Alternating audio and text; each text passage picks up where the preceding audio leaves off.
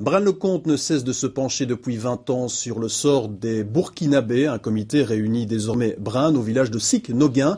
Une délégation du Burkina était d'ailleurs en visite à Braine le week-end dernier à l'occasion de ce jumelage. Barbara Maton avec Charles Sauvage. Si certains divisent pour mieux régner, d'autres s'allient pour être plus forts. Exemple à Braine-le-Comte, un lien indestructible s'est créé entre la ville belge et Sik-Noguin, arrondissement de la ville de Ouagadougou, capitale du Burkina Faso. Cette longue histoire d'amour est née il y a plus de 20 ans. Le combat perdure car les besoins augmentent de manière considérable. On vient aussi de remettre une grosse boîte de médicaments, mais on voudrait aussi, on en a parlé au collège communal hier, aider à mettre en route ou à mieux faire fonctionner un pan de l'administration.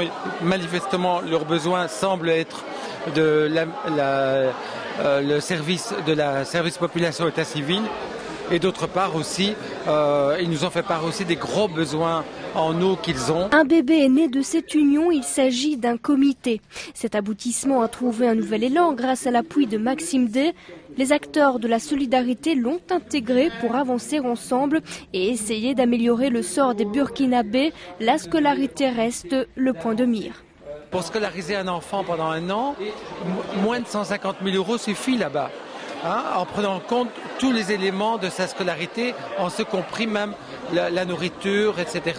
Alors que les affaires se poursuivent, le commissaire chargé de l'aide humanitaire et du développement lance un appel à projet. Un projet accueilli favorablement puisqu'il est retenu parmi tant d'autres.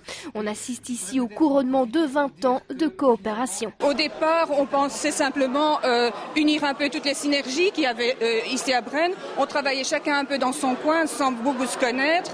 Et c'était l'occasion de faire un travail peut-être plus fructueux parce que on perdrait moins d'énergie, on pourrait directement se rencontrer, échanger. Pascal Tiga, maire de Sik-Noguin, et Jean-Jacques Flao ont signé la convention de jumelage à l'issue des Journées européennes du développement à Strasbourg. C'est la première fois qu'on s'est rencontrés. On a partagé déjà beaucoup de choses à ce moment-là avec la présidente du comité de jumelage, Françoise Minor. Et puis maintenant, on développe évidemment les projets. Les dossiers, c'est surtout l'eau, que nous n'arrivons pas à avoir tous les jours de l'eau potable pour boire. Il y a les problèmes des écoles, c'est ce qui mine notre arrondissement présentement. Et je crois qu'avec les promesses du maire, je crois que ça doit aller. Une enveloppe de 42 000 € encourage les protagonistes dans leur démarche. 21 000 € offerts par la communauté européenne, l'autre moitié par les partenaires brennois. Il ne reste plus qu'à agir.